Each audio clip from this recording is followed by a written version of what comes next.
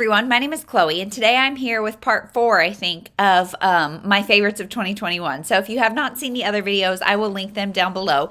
But today I'm going to be doing my top 5 favorite YA. So I've done women's fiction / romance, I've done thrillers, and I've done middle grade. And now it's time for YA. So I'm kind of just going in order of like my favorite genres. And so let's just get into it. The first one, and these are in no particular order, but the first one is When You Wish by Kristin Harmel. So I have an ex-library copy, not the best, but I was so surprised by this book because I had no expectations. I probably got it from a library book sale. I don't even remember. The glare is killer. But this one is about this girl who is a pop star and decides like she's just sick of everybody else running her life. And so she cuts her hair and takes off and does her own thing. And this one, I can't remember when it's written. It's a little bit older. I think 2008, maybe. I don't know. It's a little bit older, and it definitely gave me all the Britney Spears, Christina Aguilera, kind of Jessica Simpson, like what would have happened if one of them would have cracked earlier. I know one of them did crack later, but in the peak of things, what would have happened? And there is like a boyfriend that's kind of similar. There's a lot of parallels here to real life pop stars that you would have known if you were a tween or teen in the early 2000s. So this one was really nostalgic for me, really entertaining, really loved it. Next is the Angels Trilogy by Lurlene McDaniel. So this is Angels Watching Over Me, Lifted Up by Angels, and Until Angels Close My Eyes. So if you have not heard of Lurlene McDaniel, she writes very emotional YA that is like kind of like made for TV movies, but in the best way, like if that makes any sense. And they're really emotional, really like hard hitting. This one is about a girl who makes friends with this Amish family. And there's 3 books, so there's a lot that happens, and it's just so good. And like, I really like it's not cheesy. It is emotional, but it also definitely has like a moral at the end of every story. So definitely would recommend Lurlene McDaniel in general, but this Angels Trilogy is one I really liked in 2021.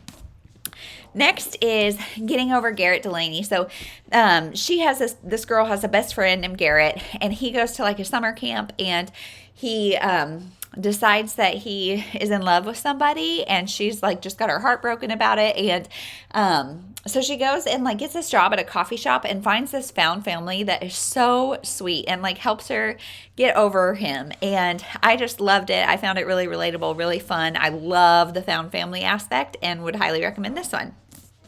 Next is a really hard-hitting one. This one is The Problem with Forever by Jennifer L. Armentrout. This one's kind of a thick one.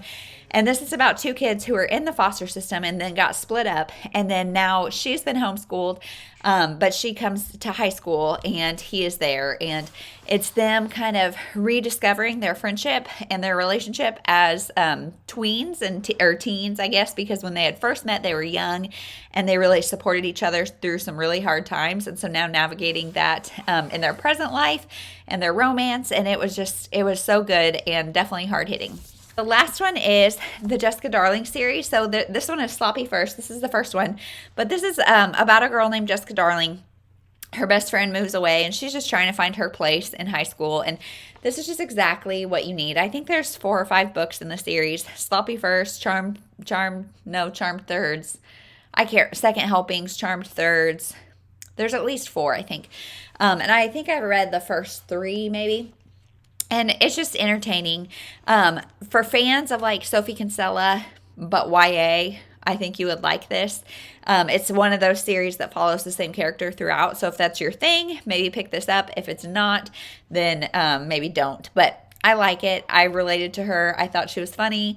It was like that brain candy when you really need it. So those are my top 5 YAs that I read in 2021. I don't think a single one came out in 2021, but some backlist goodies. If you are interested in any of those, I'm sure you can get them pretty easily probably. And if you've read any of those, let me know what you think and what your favorite YAs were, because I just love, like, if I need a brain break, I feel like YA is where I go. So let me know your favorites, and thank you so much for watching.